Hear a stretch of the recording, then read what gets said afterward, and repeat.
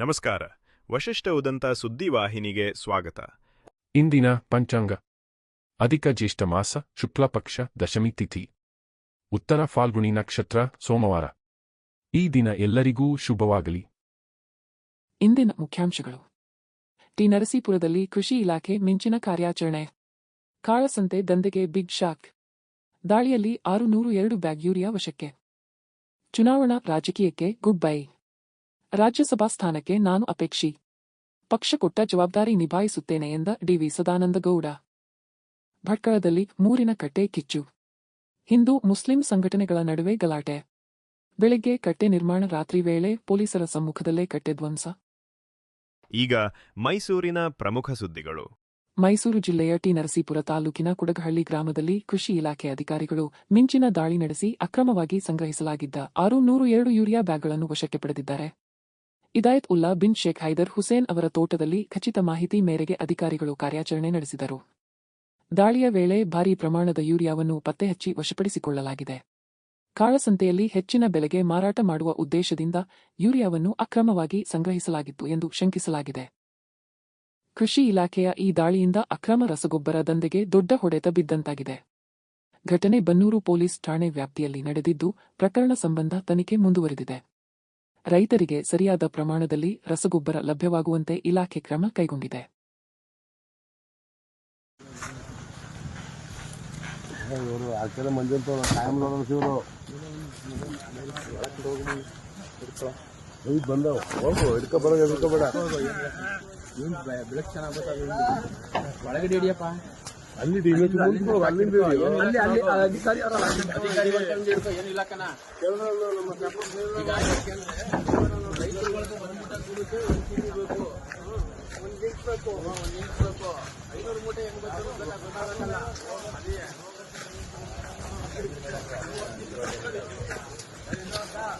ಮುಖ ತಗೊಳ್ಳಿ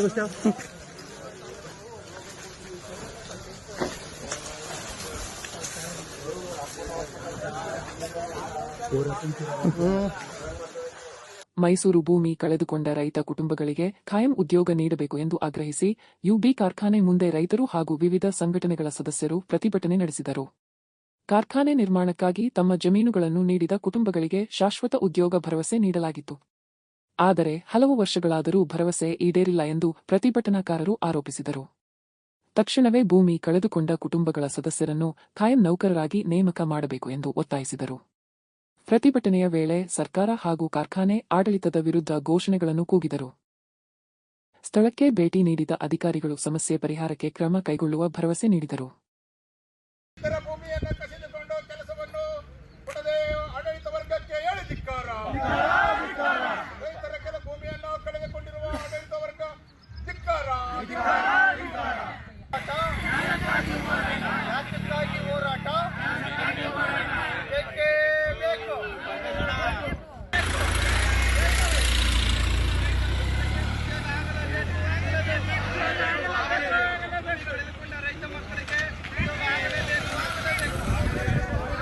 ಪಕ್ಕದಲ್ಲಿರೋರು ಕೂತ್ಬಿಟ್ಟು ಅವರು ನಮ್ಮ ರೈತರ ಮಕ್ಕಳೇ, ಒಳ್ಳೇದಾಗ್ಲಿ, ಒಳಗಡೆ ಅವ್ರಿಗೆ ಕೆಲಸ ಕೊಡೋದುಂಟು, ನಮಗೆ ಕೊಡೋಂಗಿಲ್ವಾ?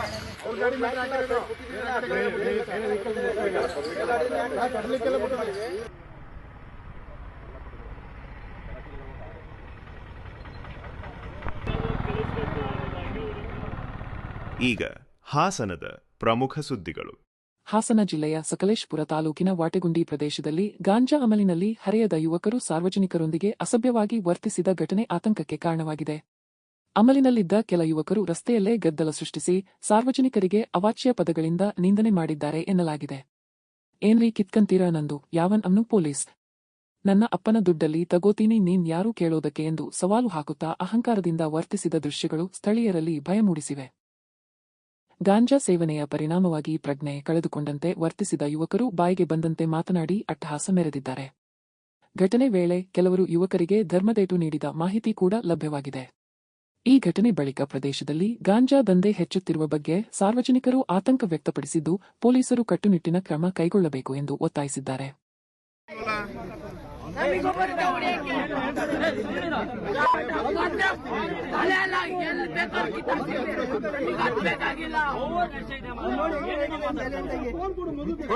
ಅವ್ರಿಗೆ ತಡ್ಕೊಳಕ್ ಆಗ್ತಿಲ್ಲ ಸುಮ್ಮನೆ ಬಿಟ್ಬಿಡಿ. ನನಗೊಂಡಿದ್ದ ಮುಕ್ತಕ್ಕೆ ನಮ್ಮನ್ನ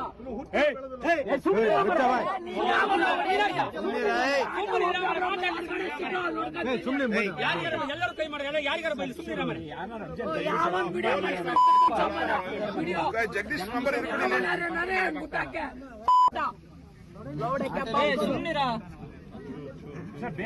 ನನಗೆ ಬರುತ್ತೆ ಹೊರಗಡೆ ನೋಡ್ಕೊಳಕ್ಕೆ. ಈ ಮಾತಿಗೆ ಹೆಂಗಿದ್ಮೇಲೆ ನಾವ್ ಹೆಂಗಿದ್ದೆ ಬೇಡ ನೋಡಕ್ಕೆ ಪಾಲ್ಗಳು ಬೇಜಾರಾಗುತ್ತೆ ನೀರ್ ಕೊಡ್ರಪ್ಪ, ಕುಡಿಲಿ, ನೀರ್ ಕೊಡಿ, ನೀರ್ ಕೊಡಿ. ಏನಾಗಿಲ್ಲ ರೀ, ಎಂತದು ಇಲ್ಲ. ಏನಾಗಿಲ್ಲ ಬಿಡಿ ಅವನಿಗೆ.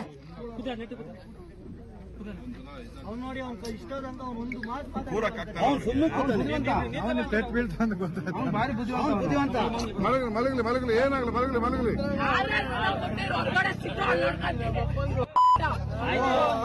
ಮಾತಾಡ್ಬೇಡಿ ದಯವಿಟ್ಟು. ಹೇಮಂತ ಯಾರು ಮಾತಾಡಕೂಡದು. ಏನ್ ವಿಡಿಯೋ ಏನ್ ರೆಕಾರ್ಡ್ ಮಾಡೋದು? ತಾಕತ್ತಿದ್ರೆ ಅವನೇ ಬಂದ್ ಮುಂದೆ ಟ್ರ್ಯಾಕ್ ಮಾಡ್ಬೇಕು. ತಾಕತ್ತಿದ್ರೆ ವಿಡಿಯೋ ಅಲ್ಲಿ ಮಾಡಲ್ಲ. ಬಾರಿ ಮಾತಾಡಿಲ್ಲ ನಿಂತ್ರು ನಂಗೂ ಬರುತ್ತೆ ಎತ್ತಕ್ಕೆ.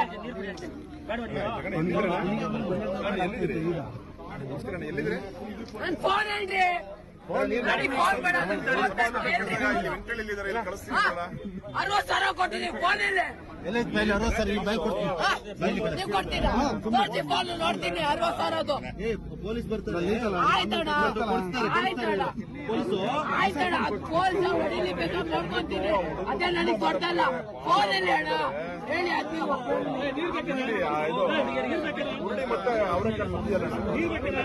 ಫೋನ್ ಅಂದ್ರೆ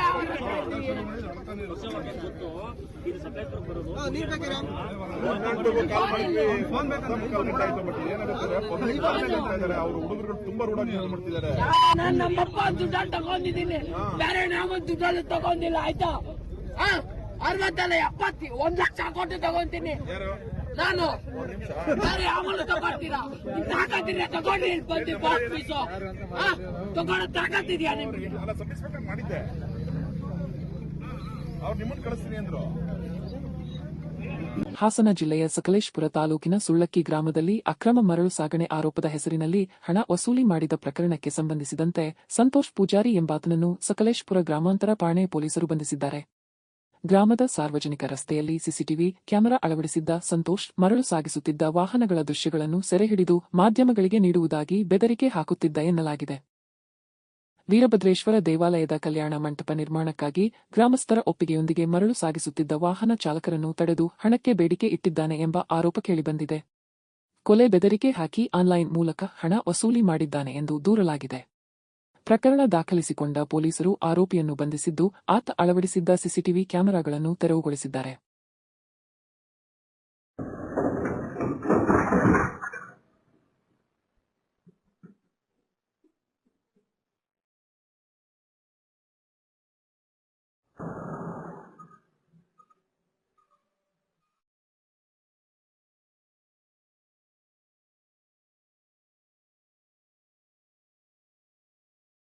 ಈಗ ಚಿಕ್ಕಮಗಳೂರಿನ ಪ್ರಮುಖ ಸುದ್ದಿಗಳು. ಕಾಫಿನಾಡಿಗೂ ಕಾಲಿಟ್ಟ ಕಾಕ್ರೋಚ್ ಪಾರ್ಟಿ. ಚಿಕ್ಕಮಗಳೂರಿನಲ್ಲಿ ನೀಟ್ ಪರೀಕ್ಷೆಯ ಅಕ್ರಮ ಹಾಗೂ ವಿದ್ಯಾರ್ಥಿಗಳಿಗೆ ಆಗುತ್ತಿರುವ ಅನ್ಯಾಯ ಖಂಡಿಸಿ ಎನ್ಎಸ್ಯುಐ ಕಾರ್ಯಕರ್ತರು ಪ್ರತಿಭಟನೆ ನಡೆಸಿದರು. ನಗರದ ಪ್ರಮುಖ ವೃತ್ತದಲ್ಲಿ ನಡೆದ ಪ್ರತಿಭಟನೆಯಲ್ಲಿ ಶಾಲಾ ಹಾಗೂ ಕಾಲೇಜು ವಿದ್ಯಾರ್ಥಿಗಳು ಭಾಗವಹಿಸಿ ಕೇಂದ್ರ ಸರ್ಕಾರದ ವಿರುದ್ಧ ಆಕ್ರೋಶ ವ್ಯಕ್ತಪಡಿಸಿದರು. ಶಿಕ್ಷಣ ವ್ಯವಸ್ಥೆಯನ್ನು ಹಾಳು ಮಾಡುತ್ತಿರುವ ಕೇಂದ್ರ ಸರ್ಕಾರದ ನೀತಿಗಳನ್ನು ತೀವ್ರವಾಗಿ ಖಂಡಿಸಿದರು. ನೀಟ್ ಪರೀಕ್ಷೆಯಿಂದ ಗ್ರಾಮೀಣ ಹಾಗೂ ಬಡ ವಿದ್ಯಾರ್ಥಿಗಳಿಗೆ ಅನ್ಯಾಯವಾಗುತ್ತಿದೆ ಎಂದು ಆರೋಪಿಸಿದರು. ಪ್ರತಿಭಟನೆಯ ವೇಳೆ ಘೋಷಣೆಗಳನ್ನು ಕೂಗಿ ಕೇಂದ್ರ ಸರ್ಕಾರದ ವಿರುದ್ಧ ಆಕ್ರೋಶ ಹೊರಹಾಕಿದ ವಿದ್ಯಾರ್ಥಿಗಳು 2029ರ ಚುನಾವಣೆಯಲ್ಲಿ ವಿದ್ಯಾರ್ಥಿ ಶಕ್ತಿ ಏನು ಎಂಬುದನ್ನು ತೋರಿಸುತ್ತೇವೆ ಎಂದು ಎಚ್ಚರಿಕೆ ನೀಡಿದರು. ಸ್ಥಳದಲ್ಲಿ ಕೆಲಕಾಲ ಉದ್ವಿಗ್ನ ವಾತಾವರಣ ನಿರ್ಮಾಣವಾಗಿತ್ತು. ಚಿಕ್ಕಮಗಳೂರು ಜಿಲ್ಲೆಯ ಪ್ರಸಿದ್ಧ ಪ್ರವಾಸಿ ತಾಣ ಮುಳ್ಳಯ್ಯನಗಿರಿಯಲ್ಲಿ ಖಾಸಗಿ ಜೀಪ್ ಚಾಲಕರ ನಡುವೆ ನಡೆದ ಮಾರಾಮಾರಿ ಪ್ರವಾಸಿಗರಲ್ಲಿ ಆತಂಕ ಮೂಡಿಸಿದೆ. ಪ್ರವಾಸಿಗರನ್ನು ಕರೆದೊಯ್ಯುವ ವಿಚಾರಕ್ಕೆ ಚಾಲಕರ ನಡುವೆ ಮಾತಿನ ಚಕಮಕಿ ನಡೆದು ಬಳಿಕ ಬಡಿದಾಟಕ್ಕೆ ತಿರುಗಿದ ಘಟನೆ ನಡೆದಿದೆ ಎನ್ನಲಾಗಿದೆ. ಜೀಪ್ ಚಾಲಕರ ಗದ್ದಲ ಮತ್ತು ಅಸಭ್ಯ ವರ್ತನೆಯಿಂದ ಪ್ರವಾಸಿಗರು ಹೈರಾಣಾಗಿದ್ದು, ಸ್ಥಳದಲ್ಲಿ ಕೆಲಕಾಲ ಗೊಂದಲದ ವಾತಾವರಣ ನಿರ್ಮಾಣವಾಗಿತ್ತು. ಪ್ರವಾಸಿಗರ ಮುಂದೆ ಚಾಲಕರು ಪರಸ್ಪರ ಕೈಕೈ ಮಿಲಾಯಿಸಿದ್ದು ಸಾರ್ವಜನಿಕರ ಆಕ್ರೋಶಕ್ಕೂ ಕಾರಣವಾಗಿದೆ. ಮುಳ್ಳಯ್ಯನಗಿರಿಗೆ ಭೇಟಿ ನೀಡುವ ಪ್ರವಾಸಿಗರಿಗೆ ಇಂತಹ ಘಟನೆಗಳು ಕೆಟ್ಟ ಅನುಭವ ಉಂಟುಮಾಡುತ್ತಿವೆ ಎಂದು ಸ್ಥಳೀಯರು ಅಸಮಾಧಾನ ವ್ಯಕ್ತಪಡಿಸಿದ್ದಾರೆ. ಜೀಪ್ ಚಾಲಕರ ಉಪಟಳಕ್ಕೆ ಕಡಿವಾಣ ಹಾಕಿ ಸೂಕ್ತ ಕ್ರಮ ಕೈಗೊಳ್ಳಬೇಕು ಎಂದು ಪ್ರವಾಸಿಗರು ಹಾಗೂ ಸಾರ್ವಜನಿಕರು ಅಧಿಕಾರಿಗಳನ್ನು ಒತ್ತಾಯಿಸಿದ್ದಾರೆ.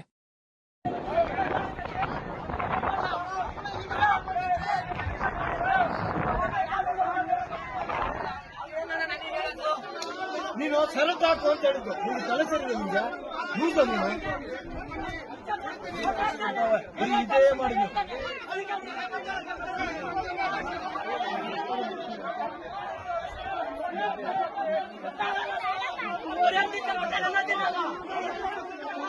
ಈಗ ರಾಜ್ಯ ಮತ್ತು ರಾಷ್ಟ್ರೀಯ ಸುದ್ದಿಗಳು. ಮಾಜಿ ಮುಖ್ಯಮಂತ್ರಿ ಡಿ.ವಿ. ಸದಾನಂದಗೌಡ ಅವರು ಸಕ್ರಿಯ ಚುನಾವಣಾ ರಾಜಕೀಯದಿಂದ ದೂರ ಉಳಿದಿರುವುದಾಗಿ ತಿಳಿಸಿದ್ದು, ಪಕ್ಷ ಯಾವ ಜವಾಬ್ದಾರಿ ನೀಡಿದರೂ ನಿಭಾಯಿಸಲು ಸಿದ್ಧನಿದ್ದೇನೆ ಎಂದು ಹೇಳಿದ್ದಾರೆ. ಮೈಸೂರಿನಲ್ಲಿ ಮಾತನಾಡಿದ ಅವರು, ರಾಜ್ಯಸಭಾ ಸದಸ್ಯ ಸ್ಥಾನಕ್ಕೆ ತಾನು ಅಪೇಕ್ಷಿತನಾಗಿದ್ದೇನೆ ಎಂದರು.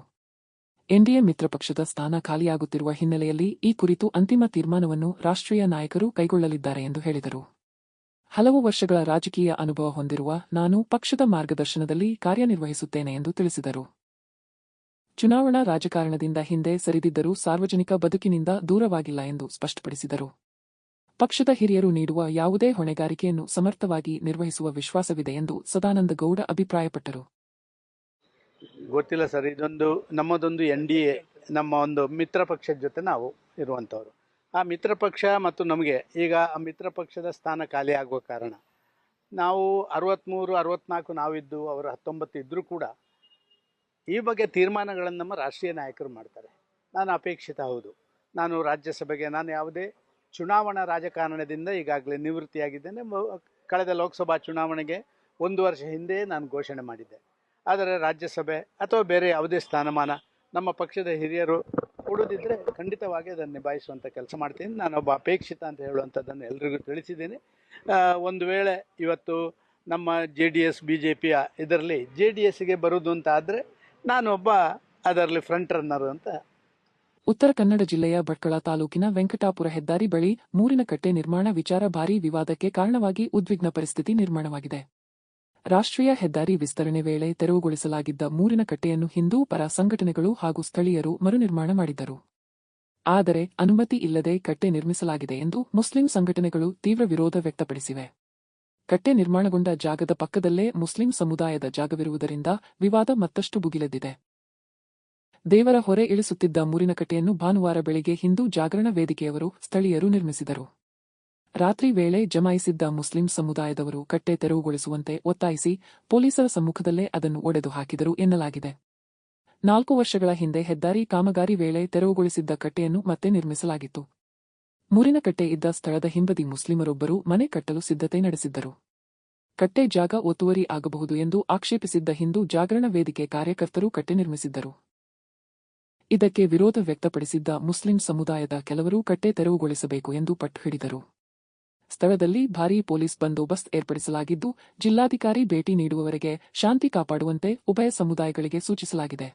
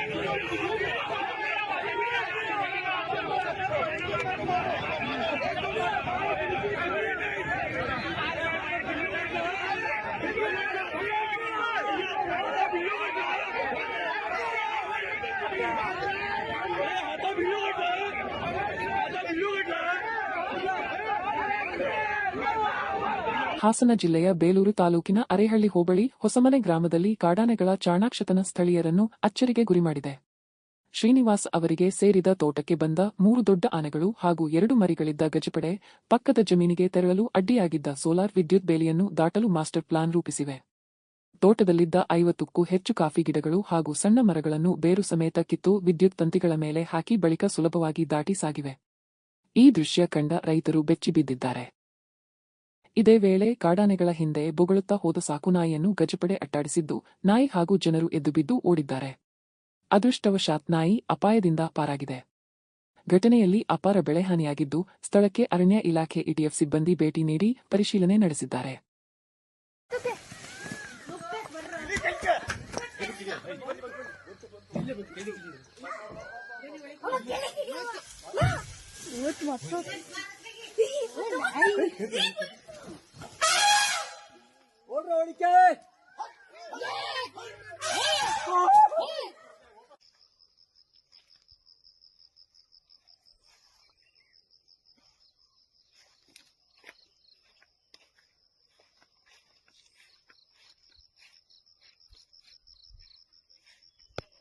ಮತ್ತೊಮ್ಮೆ ಮುಖ್ಯಾಂಶಗಳು. ಟಿ. ನರಸೀಪುರದಲ್ಲಿ ಕೃಷಿ ಇಲಾಖೆ ಮಿಂಚಿನ ಕಾರ್ಯಾಚರಣೆ. ಕಾಳಸಂತೆ ದಂಧೆಗೆ ಬಿಗ್ ಶಾಕ್. ದಾಳಿಯಲ್ಲಿ 602 ಬ್ಯಾಗ್ ಯೂರಿಯಾ ವಶಕ್ಕೆ. ಚುನಾವಣಾ ರಾಜಕೀಯಕ್ಕೆ ಗುಡ್ ಬೈ. ರಾಜ್ಯಸಭಾ ಸ್ಥಾನಕ್ಕೆ ನಾನು ಅಪೇಕ್ಷಿ. ಪಕ್ಷ ಕೊಟ್ಟ ಜವಾಬ್ದಾರಿ ನಿಭಾಯಿಸುತ್ತೇನೆ ಎಂದ ಡಿ.ವಿ. ಸದಾನಂದಗೌಡ. ಭಟ್ಕಳದಲ್ಲಿ ಮೂರಿನ ಕಟ್ಟೆ ಕಿಚ್ಚು. ಹಿಂದೂ ಮುಸ್ಲಿಂ ಸಂಘಟನೆಗಳ ನಡುವೆ ಗಲಾಟೆ. ಬೆಳಗ್ಗೆ ಕಟ್ಟೆ ನಿರ್ಮಾಣ, ರಾತ್ರಿ ವೇಳೆ ಪೊಲೀಸರ ಸಮ್ಮುಖದಲ್ಲೇ ಕಟ್ಟೆ ಧ್ವಂಸ. ಇಲ್ಲಿಗೆ ಇಂದಿನ ವಾರ್ತಾ ಪ್ರಸಾರ ಮುಕ್ತಾಯವಾಯಿತು. ಧನ್ಯವಾದಗಳು. ಈ ದಿನ ಎಲ್ಲರಿಗೂ ಶುಭವಾಗಲಿ.